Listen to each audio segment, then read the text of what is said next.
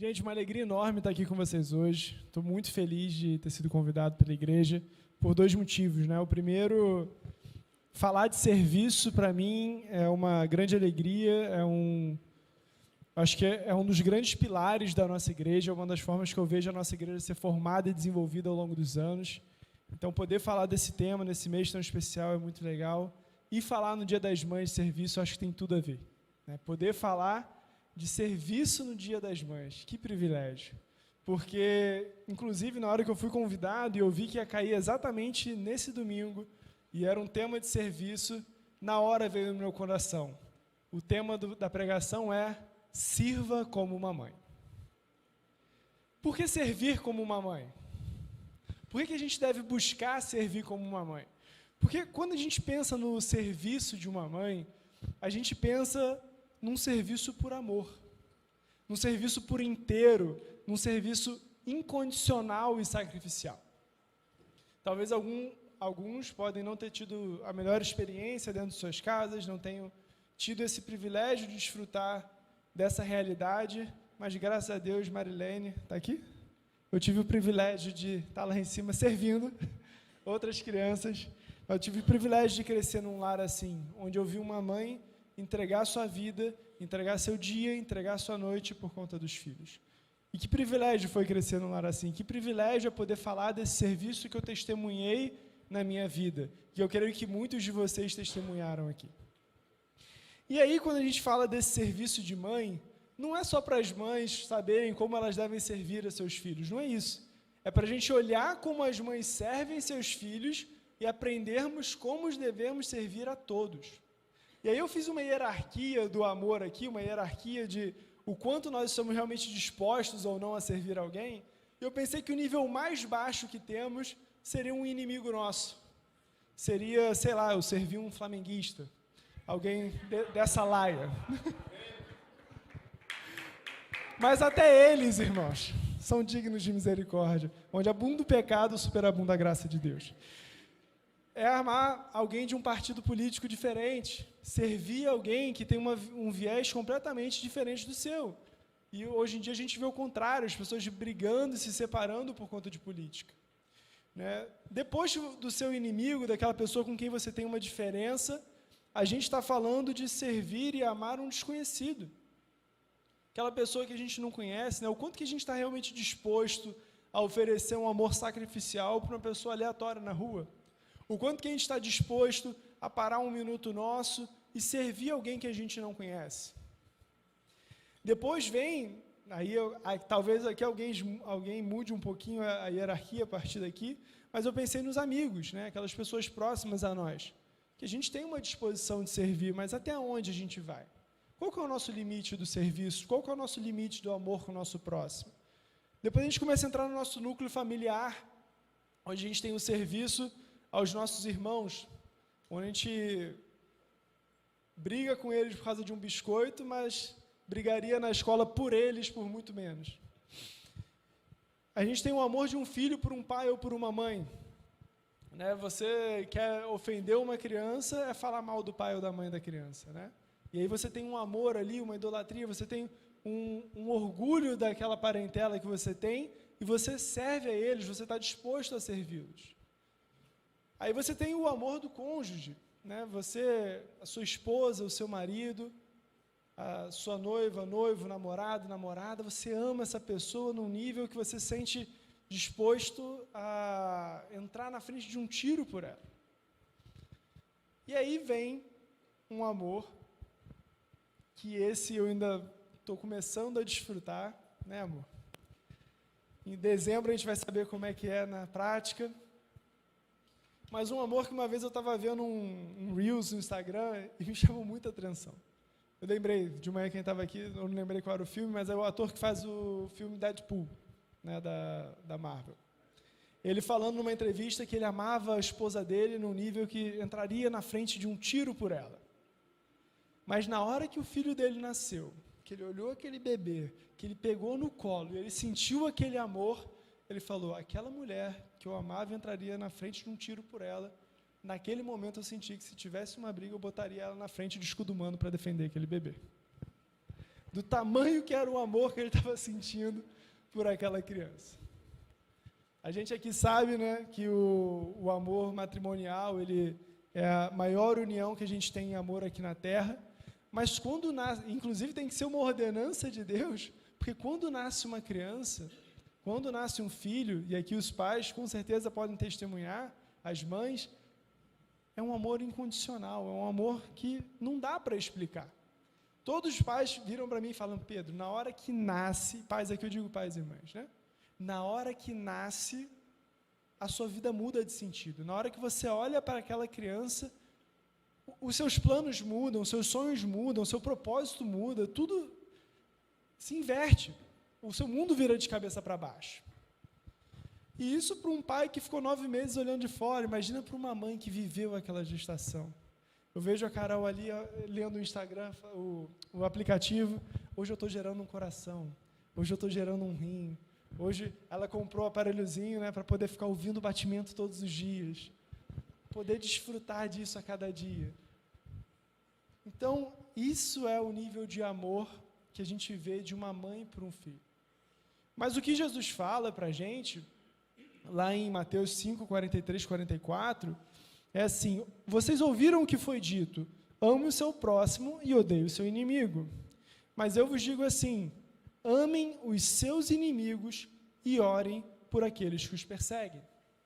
Então, o nosso desafio aqui hoje, durante essa pregação, durante o momento que a gente estiver entendendo um pouco mais o que é essa característica desse amor de mãe, é a gente conseguir entender como que a gente aplica isso, inclusive aos nossos inimigos. Como que a gente aplica isso para as pessoas desconhecidas na nossa vida? Como que a gente aplica isso no nosso ambiente de trabalho? Como que a gente aplica isso na nossa casa? Como que a gente aplica isso aqui na igreja? A todas as pessoas, mas que a gente viva essa vida de serviço em amor. Então, eu queria começar lendo o nosso texto base, que é 1 Tessalonicenses, capítulo 2, versículos de 5 até 10. A verdade é que nunca usamos de linguagem de... só dar um contexto aqui para vocês. A gente está... Carta de Tessalonicenses, é Paulo escrevendo à igreja de Tessalônica, cerca ali de 20 anos depois de Cristo. Paulo tinha fundado essa igreja, quando ele foi na cidade, ele pregou nas sinagogas, alguns se converteram. Depois que alguns se converteram, começaram a se reunir, ele enviou Timóteo para ajudar lá na fundação da igreja. Timóteo reportou para ele que a igreja da Tessalônica era uma das igrejas que eram tidos como modelo para a fé cristã naquele início, e aí Paulo escreve essa carta para eles. E aí aqui, que a gente vai ler, Paulo está falando de como que ele lidou com aquela igreja, durante aquela visita, durante a implantação da igreja naquele momento. A verdade é que nunca usamos de linguagem de bajulação, como sabeis, nem de intuitos gananciosos. Deus disto é testemunha. Também jamais andamos buscando glória de homens, nem de vós, nem de outros. Embora pudéssemos, como enviados de Cristo, exigir de vós a nossa manutenção, todavia nos tornamos carinhosos entre vós, qual ama, e aqui ama, ele está se referindo ama no sentido de mãe, que acaricia os próprios filhos. Ou seja, ele está falando que a forma que ele serviu aquela igreja foi como uma mãe que ama seus filhos. Pode seguir. Assim, querendo-vos muito, estávamos prontos a oferecer-vos não somente o Evangelho de Deus, mas igualmente a própria vida. Por isso que vos tornastes muito amados de nós. Porque vos recordais, irmãos, do nosso labor e fadiga, e de como noite e dia labutamos, para não vivermos à custa de nenhum de vós. Vos proclamamos o Evangelho de Deus. Vós e Deus sois testemunhas do modo porque piedosa, justa e irrepreensivelmente procedemos em relação a vós outros que credes. Vamos orar? Pai, muito obrigado por essa noite, muito obrigado por esse Dia das Mães, Senhor, muito obrigado por essa carta escrita por Paulo, Senhor, que hoje, mais de 2000 anos depois, podemos parar para ler, Senhor, podemos acessar ao que Teu Espírito Santo falou com ele naquele dia, Pai. Que nesse momento nossos corações, ouvidos espirituais, Senhor, estejam abertos, que a nossa mente esteja atenta, Senhor, para entender o que você tem para falar conosco essa noite, Pai. Toca cada um, Senhor, no que precisa ser tocado, fala a cada um, Senhor, no que você quer ministrar no coração, Pai. Que possamos estar realmente desejosos, Deus, de aprender a amar com esse amor de uma mãe, Deus. Que possamos realmente estar desejosos de saber como podemos multiplicar o Teu reino, sendo sal e luz, Pai, através de um serviço de amor, aqui na igreja, lá fora, onde estivermos, Deus. Em nome de Jesus. Amém. Então, desse texto, eu queria pegar 3 partes para a gente debruçar sobre ele, entender um pouquinho, 3 características de um amor de uma mãe que eu vejo Paulo falando durante essa carta. A primeira delas, eu vou pedir para a gente voltar no versículo 5, e a gente vai ler o 5 e o 6 de novo.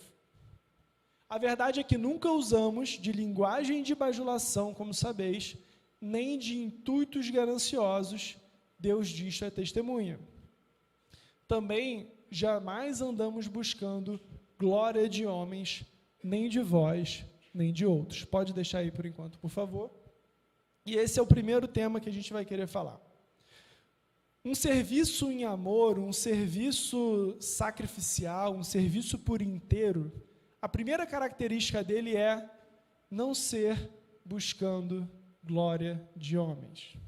Quando a gente serve com esse coração sacrificial, quando a gente serve como uma mãe serve, a gente não está ali buscando glória para a gente.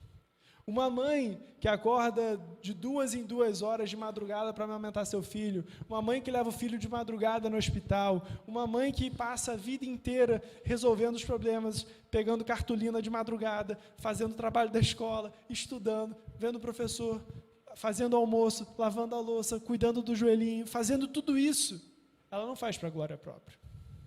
Em nenhum momento você vai ver uma mãe buscando a glória própria pelo serviço a seus filhos. Ela não faz aquilo por glória, ela faz aquilo por amor. O objetivo dela é amar o ser amado. O objetivo dela é servir o ser amado, o objeto de amor que é o filho. Então, a primeira característica que a gente precisa aprender sobre servir em amor é servir não para a nossa glória, mas servir realmente com o coração, com a intenção de amar aquela pessoa que a gente estamos servindo. Por isso que aqui na igreja, vocês vão ver a gente sempre com muito cuidado para serviços com microfone, serviços de palco, serviços que dão evidência às pessoas. Porque qual que é a diferença de eu servir em amor vocês aqui, ou atrás com a Alexa lá quando a gente estava mexendo nos cabos, ou ali na recepção, ou fazendo o que o Guido fez de trazer uma água aqui? Se o meu coração está em amar vocês, qual é a diferença? Tudo precisa acontecer para que a glória de Deus seja manifesta nesse lugar. Sem a luz aqui, sem o Gustavão lá atrás, sem a projeção com prates, nada disso acontece.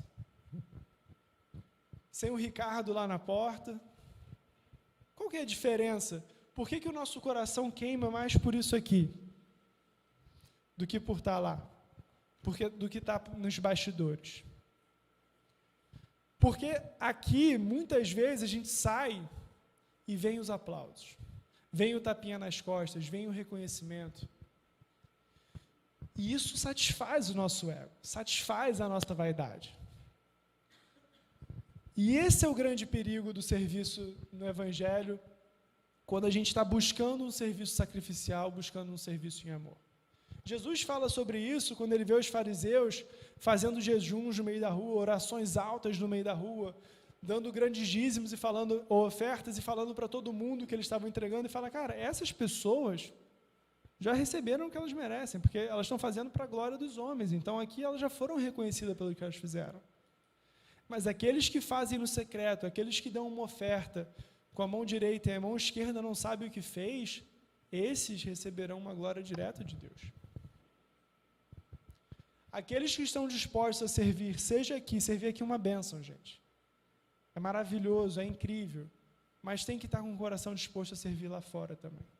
Servir nos bastidores, servir aonde precisa ser servido. Porque não é para a nossa glória, o nosso coração tem que estar em amar o próximo. Se você gosta de ensinar, Por que muitas vezes a gente quer direto estar aqui? E a gente não se apaixona pela oportunidade que a gente tem de dar um ensino numa igreja no lar, ou de pegar um SEV que a gente quer retomar e dar aula, ou puxar um estudo bíblico, que às vezes vão vir 2 ou 3 pessoas. Se o nosso coração está em serviço, em amor, em sacrificar pelo outro através do ensino, por que a sala vazia nos incomoda? Por que a gente não se entrega por inteiro para aqueles 2, 3 que estão sendo ensinados?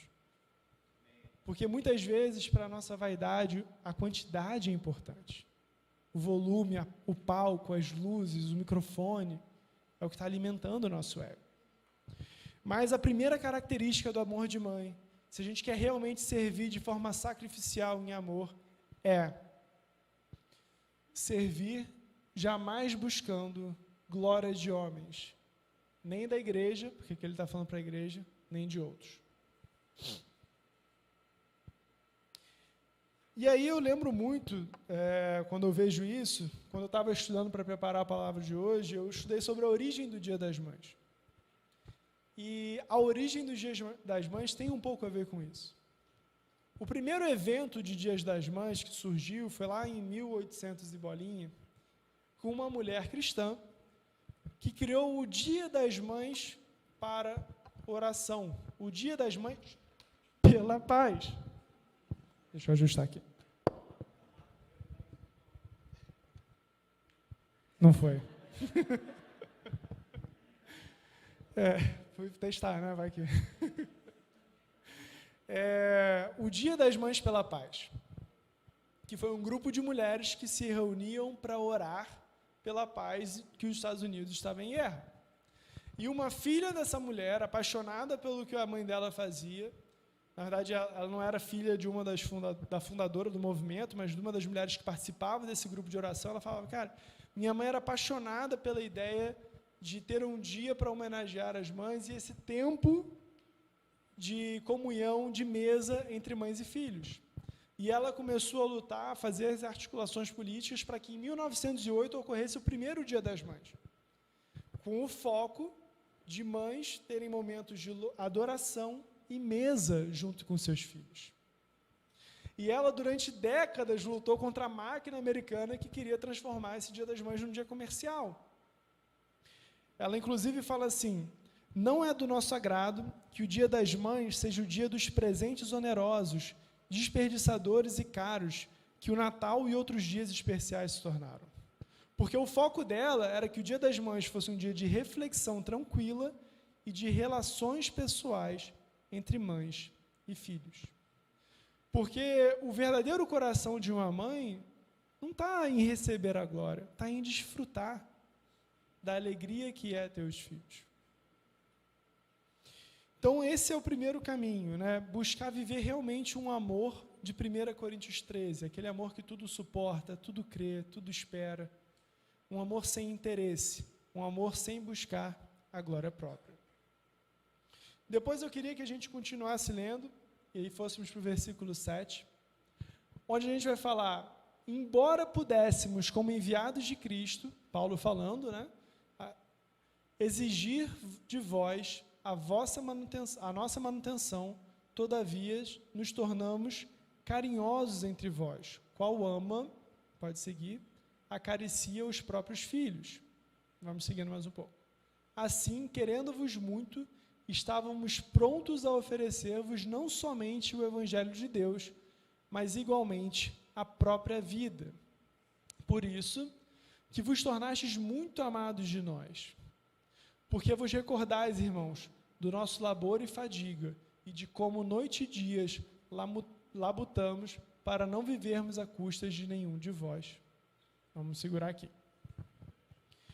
Na versão que eu estava, quando ele fala que serve com muito carinho, ele fala que serve para não ser pesado, né? Que ele trabalhava de dia e de noite para não viver à custa de ninguém, porque ele não queria ser pesado. Então, a segunda característica do amor de mãe é que ele é um amor que não deve pesar. O serviço de uma mãe não é um serviço interesseiro de uma troca. O serviço de uma mãe é um serviço que busca ser leve para os seus filhos. A mãe, quando ela leva o filho na escola, não vai ficar cobrando aquilo dele depois. A mãe, quando ajuda o filho e leva ele no hospital, ela não vai ficar em cima dele depois cobrando que, na próxima vez que eu ficar doente, você tem que me levar. Querendo fazer troca, fazer negociações. Quem serve sem se preocupar em ser pesado, não está preocupado nos seus direitos de volta. Não está preocupado no que vai receber de volta. Quem serve em amor, não se preocupa o quanto que os outros estão servindo. Ele está preocupado como que ele está servindo.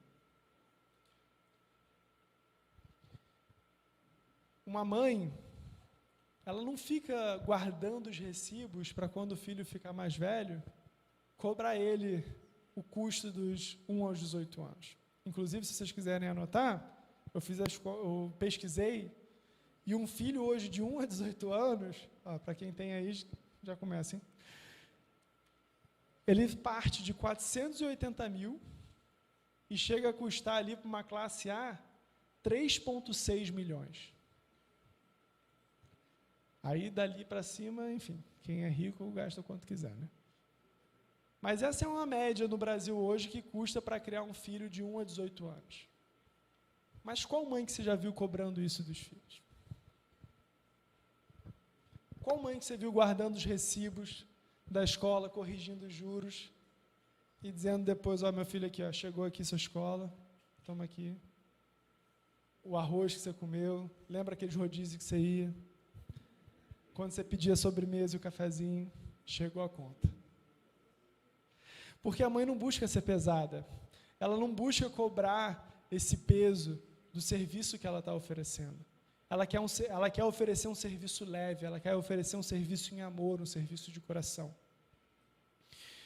E aí, quando a gente ouve isso, né, a gente pensa muito mas qual que é a diferença disso para o que a psicologia chama hoje de síndrome do super-herói? Alguém já ouviu essa expressão? Algumas pessoas já, né? Qual que é a diferença isso para uma pessoa que eu vejo hoje tendo burnout? Qual que é a diferença disso para uma pessoa hoje que eu vejo que é completamente infeliz e ocupada o tempo todo? Antes de eu entrar nesse ponto da síndrome do super-herói, eu queria que a gente lesse rapidinho 2 Coríntios 12, 14 e 15, porque Paulo fala um pouco mais sobre se gastar, se entregar no serviço. Aqui já é para outra igreja, né, a igreja de Corinto, e ele fala assim: eis que pela 3ª vez estou pronto a ir ter convosco, e não vos serei pesado. Pois não vou atrás dos vossos bens, mas procuro a vós outros. Ou seja, Paulo não buscava o que era deles, mas buscava a eles. Essa é uma característica do amor leve, do serviço leve. Você não busca o que a pessoa tem para te oferecer. Você busca acessar o coração daquela pessoa. Você busca o melhor para aquela pessoa a quem você está servindo. Não devem os filhos entesourar os pais, mas os pais para os filhos. Ou seja, o fluxo do serviço e do amor é o que Jesus ensinou. O maior que sirva o menor. Hoje a gente vê em muitas famílias isso sendo invertido, né? Pais que querem carregar um peso sobre seus filhos que não deve ser levado. A obrigação da criação, a obrigação do serviço é de pais para filhos. Isso serve em hierarquia dentro da igreja. Se você hoje cuida de pessoas, você não deve transmitir o peso do seu serviço para aquela pessoa. Mas você deve cuidar como um pai ou uma mãe, e aquela pessoa que está chegando como um filho para você. E não buscar ser entesourado por ela, ou seja, não receber as glórias dela, não receber nada que ela tem para te oferecer. Não é ela a fonte do seu tesouro. Eu, de boa vontade, me gastarei e ainda me deixarei gastar em prol da vossa alma. Se mais o amo, serei menos amado? Então, aqui Paulo continua falando que, na versão que eu tenho, ele fala assim: eu de muito boa vontade gastarei e me deixarei gastar por vossas almas, ainda que amando-vos cada vez mais, seja menos amado. Nessa versão que ele afirma que quanto mais ele ama, parece que menos ele é amado. E por que para ele isso pouco importa? Porque não é daquele lugar que vai sair a fonte de satisfação dele. Não é da pessoa a quem ele está servindo que vem a fonte de contentamento. E aí aqui eu queria retomar para a questão que eu trouxe da síndrome do super-herói. Para quem não conhece, a psicologia chama de síndrome do super-herói, que a primeira vez que eu ouvi isso foi, inclusive, num treinamento empresarial. Eu era trainee de uma organização e a gente estava fazendo treinamento sobre perfis psicológicos e comportamentos que a gente poderia ter. E um dos perfis que apareceu lá foi esse perfil do super-herói. E ele, em específico, me chamou muita atenção. Se vocês perguntarem quais foram os outros que apareceram, eu não vou lembrar. Mas esse me chamou muita atenção exatamente por conta dessa similaridade que eu via com o que a gente chama do amor sacrificial. E do que a gente vê aqui na igreja, né? Dessa liderança que se entrega por inteiro, desse amor que se entrega por inteiro. Eu falei, cara, mas será que isso é ruim? Por quê? A síndrome do super-herói é uma pessoa que sente uma necessidade constante de ser um super-herói, assumindo responsabilidades além de suas capacidades e limites, muitas vezes em detrimento de sua própria saúde mental e física. Ou seja, ela faz muito mais do que aquilo que ela pode. Tem tudo a ver com querer se entregar por inteiro, né? Tem tudo a ver com você querer fazer mais do que você deve. Tem tudo a ver com querer andar uma milha a mais. E vários princípios que a gente vai ver aqui. Só que a síndrome do super-herói, ela leva ao burnout, ela leva à fadiga, ela leva à depressão. A síndrome do super-herói, ela destrói a vida de uma pessoa. E eu fiquei, caramba, mas qual que é a diferença de eu estar vivendo a síndrome do super-herói e eu estar vivendo o amor sacrificial? A diferença, meus irmãos, está na origem, na motivação do seu serviço. Enquanto na síndrome do super-herói ela é motivada por uma escassez interna, por um vazio interno, a síndrome do super-herói ela é motivada por pessoas que precisam desesperadamente da aprovação do outro. Elas precisam ser reafirmadas o tempo inteiro, elas precisam que toda hora esteja alguém dizendo para elas: nossa, muito obrigado por você ter feito isso. Nossa, que incrível você ter feito aquilo. Nossa, como você é bom fazendo isso. E aí, elas querem pegar cada vez mais coisas para fazer, para que cada vez mais elas possam ser reconhecidas e assim preencher um vazio que elas têm dentro. Então, elas buscam fora uma motivação para preencher um vazio interno. Enquanto o serviço sacrificial, o serviço por amor, ele é completamente o oposto. Ele surge do transbordar de um amor que você recebeu de forma completamente graciosa e merecida. O serviço sacrificial, o serviço por amor, o serviço no qual você vai conseguir, como a gente já falou até aqui, não buscar essa glória dos homens, não buscar essa autoafirmação e fazer de uma forma sem cobrança, sem que fique pesado para quem é que você está servindo, ele tem que vir de um transbordar de Deus na sua vida. Ele tem que vir de uma sensação de que você tem tanto para dar que você precisa dar ao outro. E era esse coração que a gente vê em Paulo. Paulo falava, cara, eu sou o pior de todos os pecadores. O que Deus fez comigo é incrível, é maravilhoso. Eu preciso. Meu coração é desesperado por transbordar desse amor para fora. E é isso que uma mãe tem dentro dela, quando ela vê aquela criança. Lembra que a gente comentou no começo? Quando o pai e uma mãe veem aquela criança, eles falam, cara, tudo muda. E aí o nosso corpo, o nosso sistema aqui funciona, cara, a médica pode explicar melhor do que eu, cheio de hormônios e outras coisas acontecendo, que fazem com que esse amor transborde em nós e a gente consiga servir aquela criança de uma forma completamente irracional. Tem muita gente que brinca que o relacionamento de pai com filho é um relacionamento abusivo, né? Você entrega tudo, não tem quase nada de volta. Mas para a gente conseguir viver isso na nossa vida, a gente precisa estar transbordando de Deus. Se você não buscar primeiro se encher, se você não buscar primeiro ter o seu relacionamento com Deus, se sentir amado com Deus, ter uma identidade firmada em Deus, você vai cair numa linha de servir por vaidade. Servir por uma necessidade de uma afirmação que você não recebeu em algum lugar. E essa carência, quanto mais você servir, mais ela vai te consumir. Porque qual que é a nossa grande dificuldade? Principalmente aqui na igreja. A igreja é um hospital feito para pessoas enfermas, que vão chegar aqui desesperadas por consumirem, por beberem uma água que elas nunca provaram. Então, naquele primeiro momento, quando elas estiverem recebendo, desculpa, mas elas não vão parar para agradecer quem está dando água para elas. Elas não vão parar para agradecer quem está dando alimento para elas. Elas não vão parar para agradecer quem está fazendo algum serviço para elas. Porque elas estão desesperadas, elas estão morrendo, tudo que elas querem é se agarrar ao pouco que está sendo oferecido. Elas não têm nada para dar de volta.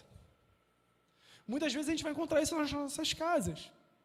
Pais, irmãos, filhos, completamente destruídos, completamente destroçados emocionalmente. E aí, quando a gente oferecer um serviço em amor para aquela pessoa, ela não vai ter nada para retribuir. E aí, nesse momento, a gente não pode estar buscando a glória dos homens. A gente não pode estar buscando um reconhecimento aqui na terra, porque a gente vai acabar se tornando um peso para aquela pessoa.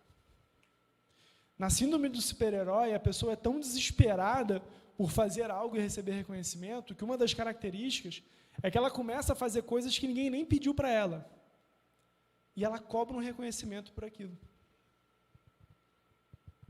Então, eu venho aqui, o Guido está ali com o Alex, eu pego, entrego uma garrafa de água para ele, e ele, sei lá, nem percebe, fala, opa, valeu. Mas eu parei tudo que eu estava fazendo e fui entregar uma garrafa de água para o Guido. Cara, mas ele nem me pediu, ele nem queria água. Ele estava com vontade no banheiro, na verdade. Mas quando eu estou vivendo a síndrome do super-herói, não importa muito o que eu estou fazendo, o que importa é que eu preciso estar fazendo algo para satisfazer essa minha necessidade de aprovação, de ser validado por alguém. Enquanto você serve em amor, a primeira coisa que você quer saber é o que você precisa ser servido. Quando você quer servir em amor na igreja, você não vem falar o que você vai fazer. Você vem perguntar, cara, o que vocês precisam aqui? Quando vai servir em amor em casa, você não vai falar o que você vai fazer. Você vai perguntar, cara, pai, mãe, como que eu posso te servir? Porque o nosso serviço, ele não deve ser interessado no que nós podemos fazer para o outro, mas no que o outro precisa de nós.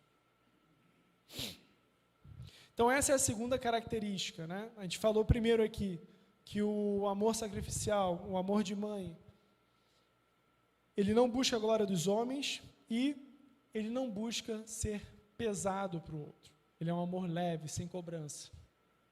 É um serviço em que você não quer pesar para outra pessoa. E o terceiro tem um pouco mais a ver com uma função da mãe dentro da família, que a gente pode observar, e aí eu queria que a gente voltasse lá para 1 Tessalonicenses 2, e aqui a gente vai ver primeiro no versículo, a gente vai ler o 9 e o 10 de novo. Não, perdão, vamos ler do 8. Volta mais um, por favor.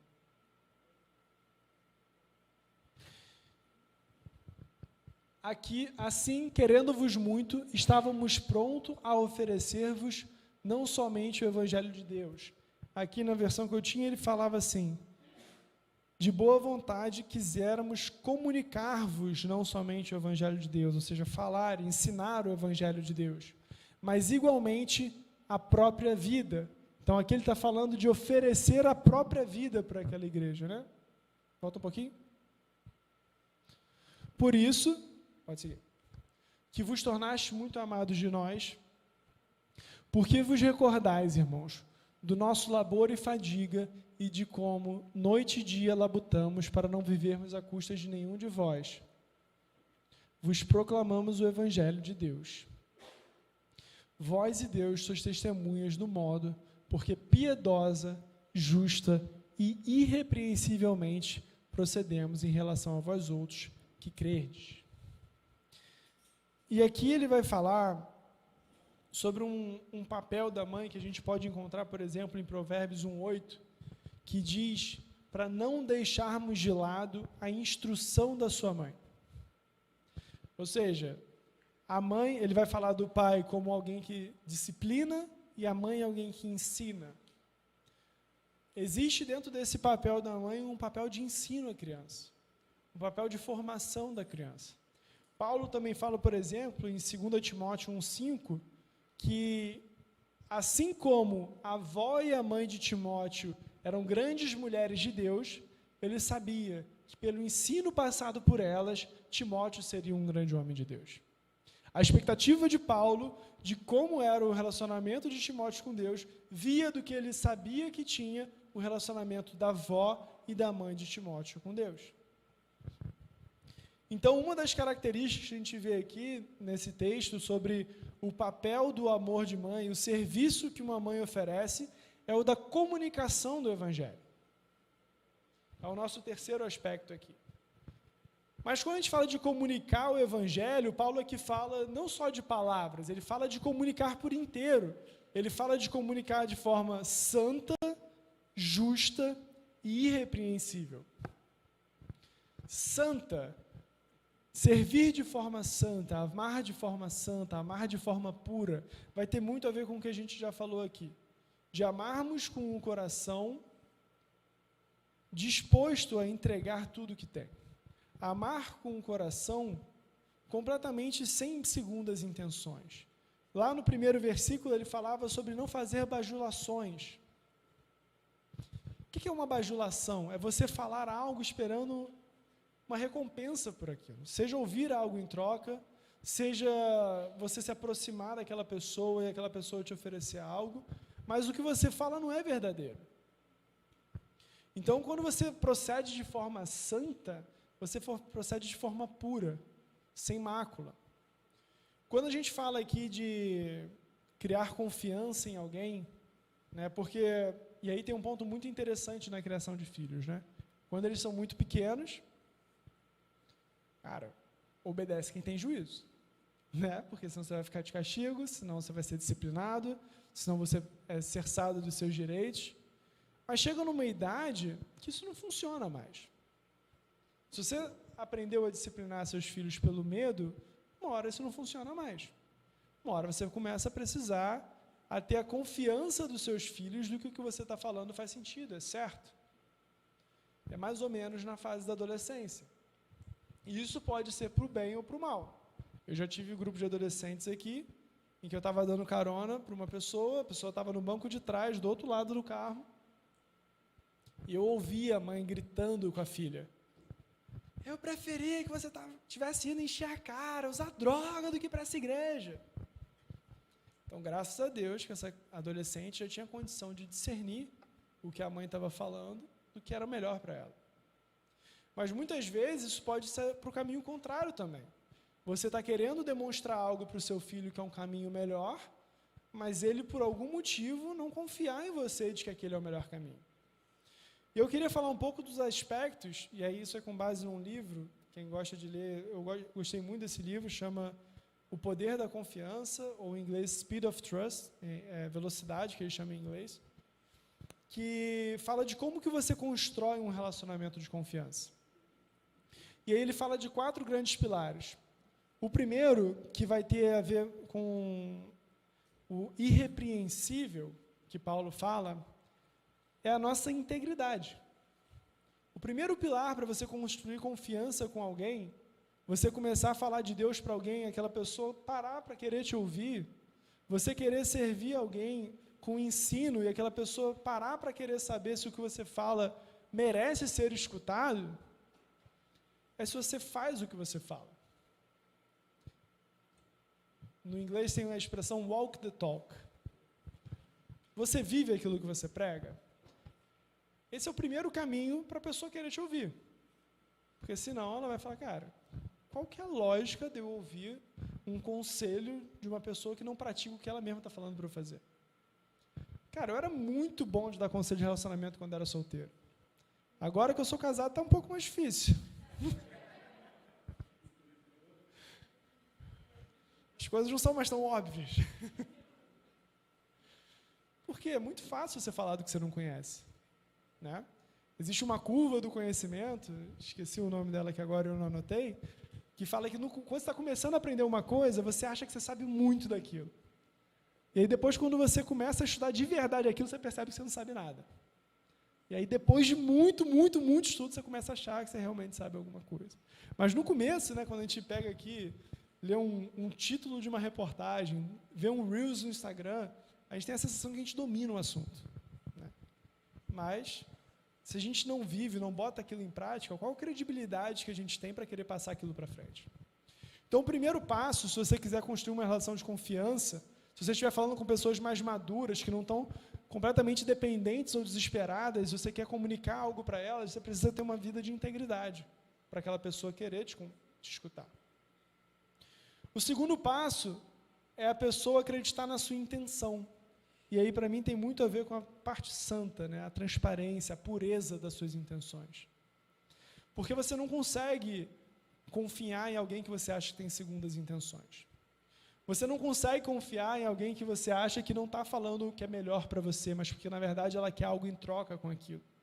E aí você vai ver várias vezes Paulo falando sobre isso, sobre ele não ter nenhum interesse, tanto na carta que ele fez aos Coríntios, quanto na carta de Tessalônicas. Ele fala, cara, eu quis ser leve para vocês. Eu não cobrei nem os meus direitos.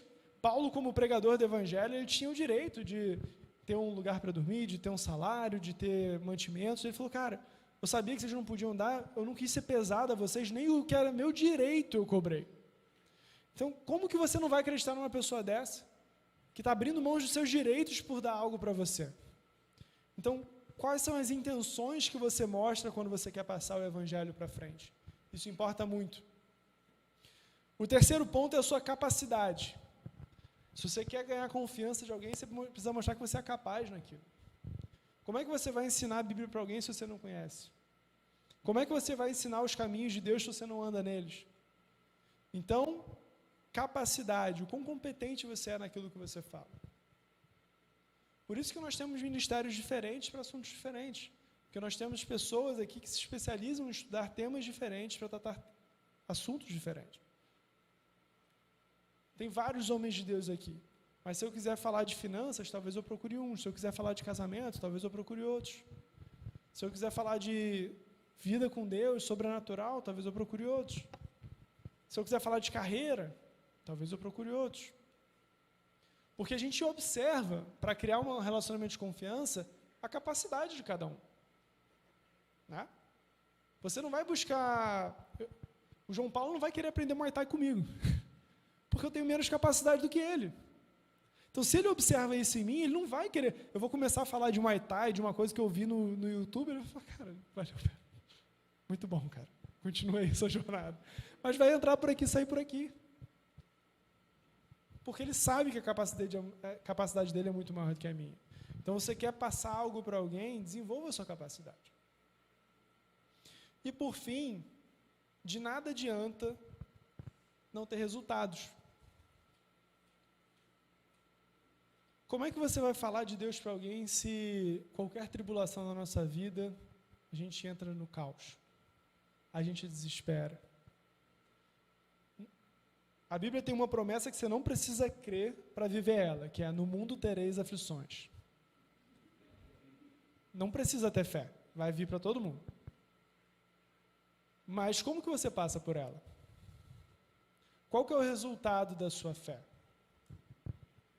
Falando em resultado de fé, uma coisa que Deus tem tocado muito no meu coração, aquela passagem de Tiago que fala que a fé sem obras é morta. Gente, se a gente tem orado pelo Rio Grande do Sul, e a gente não se deu o trabalho nem de fazer um pix de 10 centavos, a sua fé sem obras está sendo morta. Tiago fala exatamente isso. Eu separei esse versículo aqui como um apêndice da nossa pregação. De que adianta, meus irmãos, dizerem que têm fé se nós demonstram por meio de suas ações? Acaso esse tipo de fé pode salvar alguém?